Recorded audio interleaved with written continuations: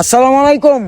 লালমিয়াসরের big fan ভাইয়েরা বোনেরা আমার সালাম নিবেন, ঠিক আছে? এই যে আর্জেন্টিনার পতাকা দিচ্ছেন, আমিও আর্জেন্টিনারে ভালোবাসি, ঠিক আছে? কিন্তু এইভাবে ভালোবাসে না, দেশের টাকা পয়সার ধন সম্পদ ক্ষতি করিয়া এই যে একটা পতাকার টেয়া দিয়া একটা কারণ কিনতে পারতেন, একটা কারণ গরিব মানুষের দিতে পারতেন। এই বাংলাদেশের অবনটন মিটবো কেমতে? পরের দেশে পতাকা কিনি আমরা, হ্যাঁ? আমাকে বাংলাদেশের পতাকা যদি লাগাইতো কত সুন্দর দেখা যাইতো, কত ভালো হইতো, কত সুন্দর হইতো, হ্যাঁ? আপনারা আর্জেন্টিনার পতাকা লাগাইছেন, ঠিক আছে? আর্জেন্টিনার আর আর একটা পতাকা কিনেন না ভাইয়েরা, বক্তবুলি ফরগুনার ভাইয়েরা, আপনারা মা বোনেরা একটা টেহা দিয়ে না, আপনারা ফোলা বাইতারে কালকে মতো দিন পর্যন্ত ওই পতাকার পর্যন্ত টেহা থাকতে হইব আপনাকে। লেবু দুইটা করে টাকার তিনি কিনেন না, ঠিক আছে?